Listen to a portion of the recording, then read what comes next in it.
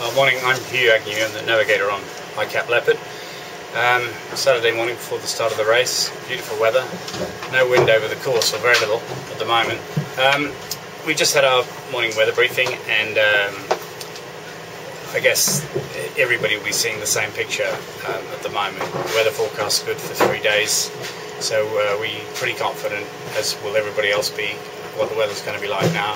There's a front coming through with a building breeze on our start line, which is obviously very good for the big boats, and we should sit on the front of that front more or less for the next 2 days with it building behind us. The key issue is going to be to stay on the front of it and not slip back into the rougher water behind. The seas should be okay at the moment because it's been pretty quiet for the last few days, and everybody's routing is the same. It takes us up close to the base point. They're bringing to say that they're there. And so the issues for the first 2 days are really all we've been concentrating on for the moment. It's going to be up against the land, it's going to be very cold, full of lobster boats, full of fishing boats, lots of fog. So there'll be the issues that dominate life for the next 2.5 days. After that, the question is how to get through the high.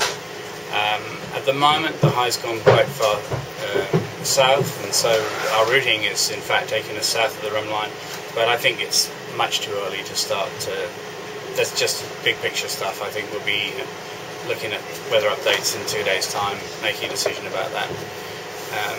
At the moment, the weather forecast is too good to be true, and life tells you when it looks too good to be true, it probably is too good to be true. It's reading in English, but it won't type in English. So that's how we see it at the moment. Hi, I'm Peter Eisler. I'm the navigator aboard Rambler 100.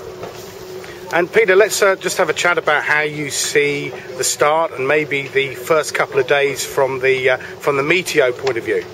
Well, I think it's going to be spectacular first few days in the race. It's really coming together almost better than you could possibly believe. In fact, it almost looks like the type of weather that you'd do a record attempt for.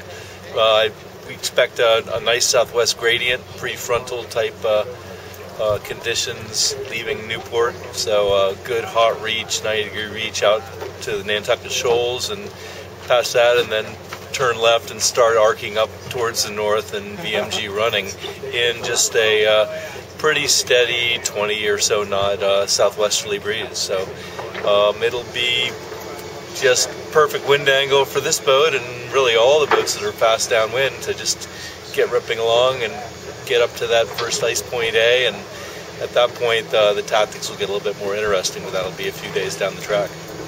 Okay, wonderful. So a case of Rambler pinning its ears back for the first couple of days? She should be a nice wet ride for the first couple of days, and hopefully all the way there. Faster is better.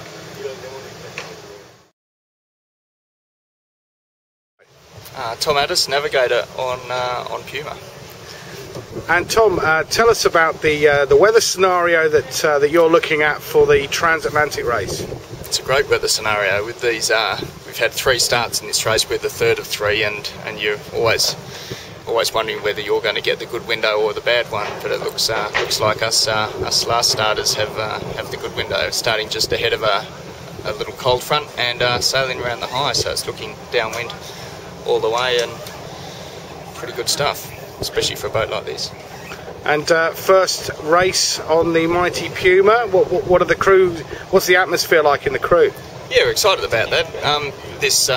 With this Volvo, we can't do any 2-boat testing or anything like that. So we've been doing all our sailing on our own. So it's going to be good to get out into a race situation. Even though they're not other Volvo 70s, there'll be other boats of similar speed. So yeah, we should be able to measure our performance in some way, which is always good. And you must have some idea of the speeds you're capable of.